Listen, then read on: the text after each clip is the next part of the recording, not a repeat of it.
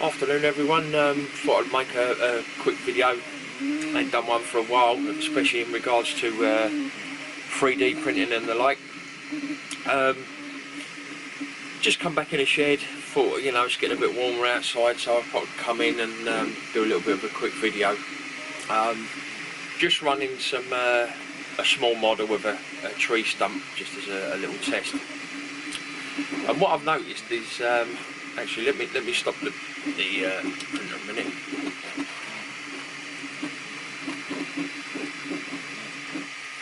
Right, I'm just aborting the print to show you something.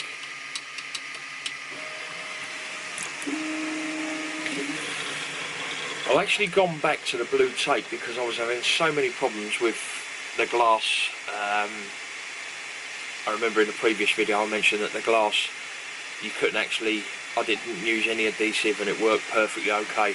Now, I started getting problems with a print warping and not sticking to the bed, so I thought, oh, yeah, I know, I'll go back to the old blue tape, the old trusty blue tape. Nothing like it, it's one of the best you can get, really, I suppose. You know, it's better than all the different beds you can buy on Amazon. I think it is anyway, and it's an easy thing to just, if you make a massive mistake and you carve it up, all you've got to do is change the tape and you're back to square one again. What I've noticed, I've just print what's supposed to be the base of a tree stump. Let me show you. I'm not so bothered about all the bits and pieces. I don't know if you can see that. Let me try and focus on it.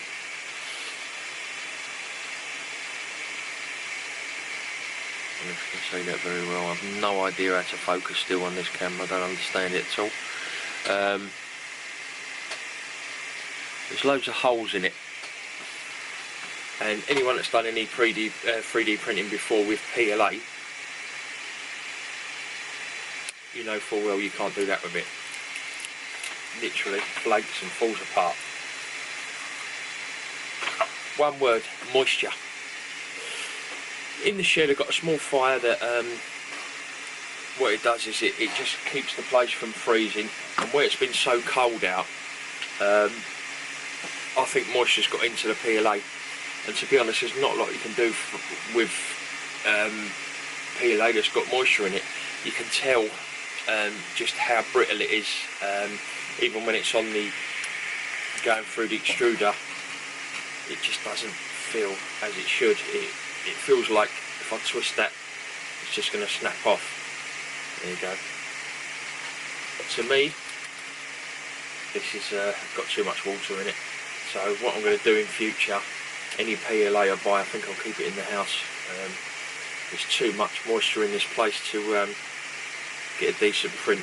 And I've been racking my brains trying to think why are things not printing out as they should, or what they were like before. For example, I've done a small bracket for a Bowden setup, or Bowden or wherever, you know, that was the next little project I was going to do. This is okay now, but as you can see it's slightly warped at one end. I did another one of these and I literally could squeeze it in my hand. It used to crumble like a piece of crusty bread. Again, it's moisture in the PLA. So if you are having problems, you know, I've levelled the bed, tightened the belts, cleaned the nozzle, done everything within my power to see what the issue is. And by the looks of it, moisture. That's what the problem is. So if any of you guys are having the same issue, always remember, check. And the way of checking is do a small print, see if it crumbles, or see if it's really weak. Then if it is, you know you've got a bit of moisture inside the PLA. I printed out the test print earlier from the SD card, and that actually came out really well, and that's strong. Now, although I'm using the same PLA, I think because of the settings maybe, or the way it's set up on the SD card, maybe it's getting around it somehow, I don't know. But I certainly think there's a problem with this PLA I've got. I've got some wood PLA here, which is really nice. It does a very good job, and it does whatever I need it to do.